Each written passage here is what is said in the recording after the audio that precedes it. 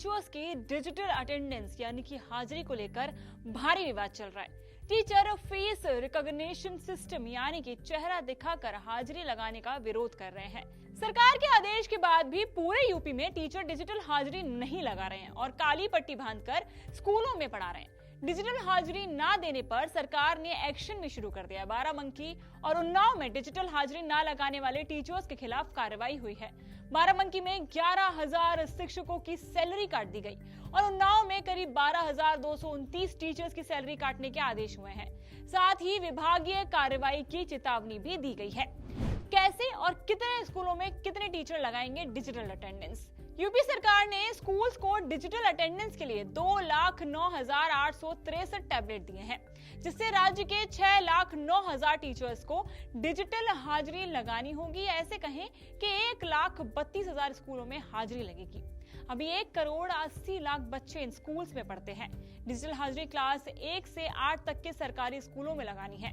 अभी सरकार ने क्लास 1 से 5 तक के स्कूलों को टैबलेट और कुछ स्कूलों में सिम भी दिए हैं, जिससे टीचर्स को 1 अप्रैल से 30 सितंबर तक सुबह 7:45 से 8 बजे तक स्कूल आने पर और दोपहर 2:15 से 2:30 तक छुट्टी पर डिजिटल हाजिरी देनी होगी।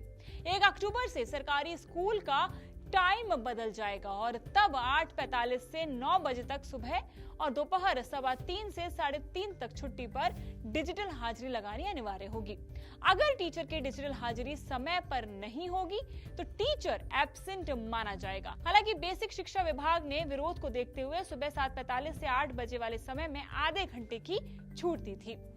क्यों कर रहे हैं टीचर विरोध? सरकार का यह आदेश 8 जुलाई से लागू हो गया, लेकिन पूरे यूपी में टीचर डिजिटल हाजिरी नहीं लगा रहे, बल्कि काली पट्टी बांधकर विरोध कर रहे हैं। टीचर्स का कहना है कि सरकार पहले ये आदेश बेसिक शिक्षा विभाग के अधिकारियों पर लागू करे। टीचर्स एसोसिएशन का कहना है कि कई स्कूल में जाने की सड़क नहीं है। करीब 30% स्कूल में जाने की सड़कें ठीक है और 60% स्कूल में जाने के लिए सरकारी ट्रांसपोर्ट ही नहीं है। इसकी वजह से कई बार टीचर देर से स्कूल पहुंचते हैं। टीचर्स की छुट्टियां भी कम है, सिर्फ 14 CL है, जबकि अधिकारियों को 14 CL, 31 EL, 12 सेकंड सैटरडे की छुट्टी मिलती है।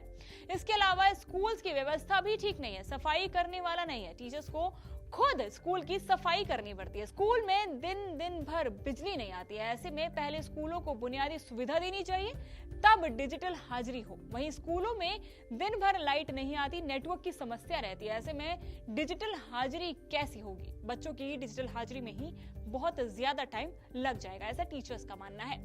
इस पर सरकार ने भी अपना तर्क रख दिया है। सरकार ने कहा कि बच्चों को बेहतर शिक्षा देने के लिए कदम उठाया गया है। टीचर्स को टाइम से स्कूल पहुंचना चाहिए। इससे टीचर्स के साथ साथ स्कूल में चल रही बाकी योजनाओं पर भी नजर रखी जाएगी। दरअसल स्कूल में 12 रजिस्टर होते हैं, जिनमें बच्चों का डिटेल, बच्चों की मिलने वाली mid day meal, dress, copy, किताब, सबका डिटेल होता है। अब ये सब डिजिटल फीड करना होगा। जब बच्चों का एडमिशन स्कूल में होगा तब उनका पूरा ब्यौरा डिजिटली दर्ज किया जाएगा। कैसे लगेगी हाजिरी? अभी टीचर रजिस्टर में हाजिरी यानी कि अटेंडेंस जो होते हैं लगाते हैं, आने जाने का टाइम लिखते हैं।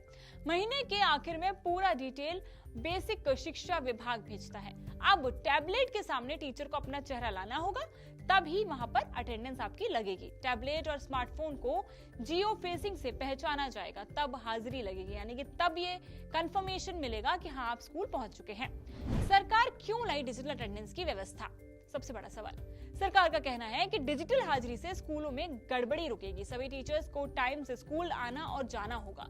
जिस टीचर को नौकरी मिली है उसी को पढ़ाना होगा और इससे बच्चों को बेहतर शिक्षा दी जा सकेगी। तो ये थे वो नियम जो सरकार लेकर आई है टीचर्स के लिए, और टीचर्स ने भी इस पर आपत्ति जताई। तो आपको क्या लगता है, कौन सही कौन गलत? हमें कमेंट सेक्शन में जरूर बताएं और ऐसी तमाम अपडेट्स, खबरों के लिए जुड़े रहें इंडिया टीवी के साथ।